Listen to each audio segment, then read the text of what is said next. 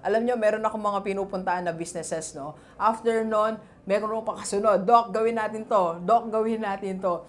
Nakaka-minimum of 3 projects kami. 3 contracts kami sa aking mga clients na pinupuntahan ko. Alright? So, kaya kailangan puntahan mo rin ang iyong kliyente. Magpunta ka sa kliyente mo.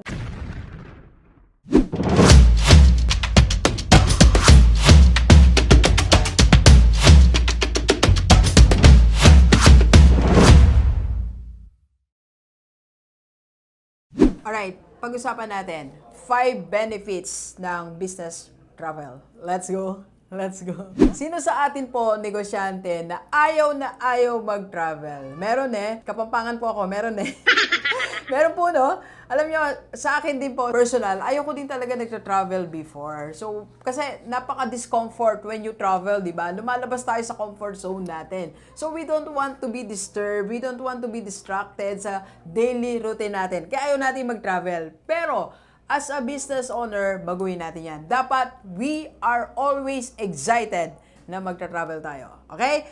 Alright, so after traveling, so ito yung ating mga natutunan, alright? Na dapat nating ginagawa as business owner kasi ito po yung mga benefits. Number 1, close mentoring. Doc, ano ang close mentoring? Ganito po, pag nagte-travel ka, negosyante ka, di ba meron kang kasama? At yung kasama mo na yan, more often than not, ayan po ang paborito natin.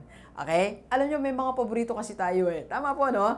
O yan po yung leader natin na sobrang masigasig. O yun yung mga executive team natin. Okay? Yan mostly ang kasama natin. At pag tayo po yung nagta-travel, 2 days, 3 days, 4, 5 days, nagkakaroon tayo ng chance ng close mentoring sa ating mga kasama. So, mas na-mentor mo. Kasi pag nasa office tayo, di mo yan ma-mentor kasi dami mong ginagawa. Busy ka, busy din sila. Okay? Alam nyo ngayon, nagta-travel kami, no? Meron akong mga kasamang leaders natin, members natin sa IMG Rockstar. So, ito na rin ginagawa kong chance ng mentoring. Kanina, may mentor tayo dito. Mga Gen Z natin. Si Ma'am Eden, like kong kasama, mine-mentor natin. Okay? Close mentoring sessions with your top leaders. Okay?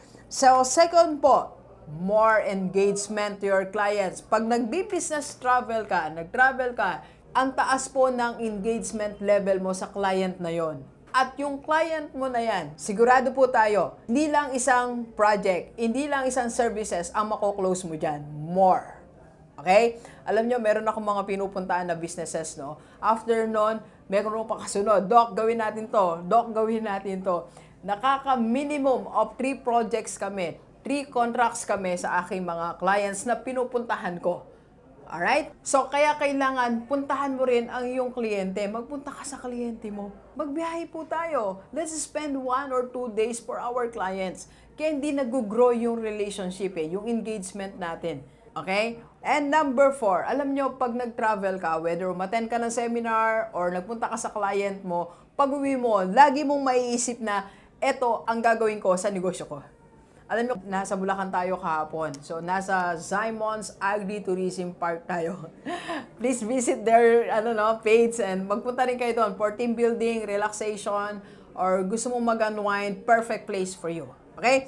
So, pag-uwi namin, sabi ko, ito yung gusto kong gawin. Parang gusto kong gawin ito. Parang gusto kong i-launch to.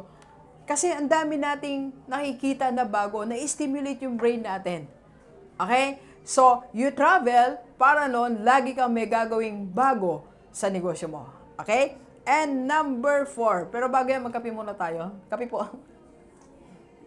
Announcement muna tayo sa lahat ng mga business owner. You can avail of our Rockstar 5-in-1 business package. Yan. So, message lang kayo kung paano yan. Kasama po dyan ang coaching. Let's go, let's go.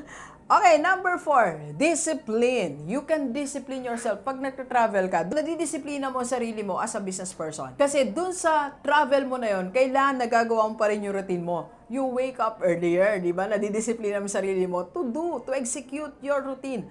Alam nyo, kanina sa hotel, no? Kasi kailangan ko ma-execute yung routine. Ang routine ko po, magbuhat ng mga weights. Alam nyo kung anong ginawa ko yung picture. Ganon ka siya. Tapos, dahil walang malaking space, naglakad-lakad lang ako sa stair. Okay? So, discipline. Mas nadidisiplina pa natin sarili natin. As a business owner, ang dami pa natin dapat gawin para ma-improve ang sarili natin. Okay? And of course, last, when you do business travel, na-appreciate mo talaga yung what you have. Pag-uwi mo, ma-appreciate mo yung office mo. Di ba dati nainis ka sa office mo, pero pag-uwi mo, ay, I miss my office. Yan. Mas na-appreciate mo yung EA mo. Mas na-appreciate mo yung assistant mo. Okay? Kasi naisip mo, ay, ang tagal kong walang assistant, ang hirap. Pag-uwi mo, na-appreciate mo ang lahat na meron ka. Alright? Okay, so Gilivers, dapat kasama this 2024 business travel. Let's go, let's go. Okay, PM na kayo sa ating Rockstar 5-in-1 business package. Kape po tayo. Thank you for watching. We are inviting you to attend our free webinar on how to save and invest the right way and how to avail sa Kaiser. PM na sa personal FB ko po.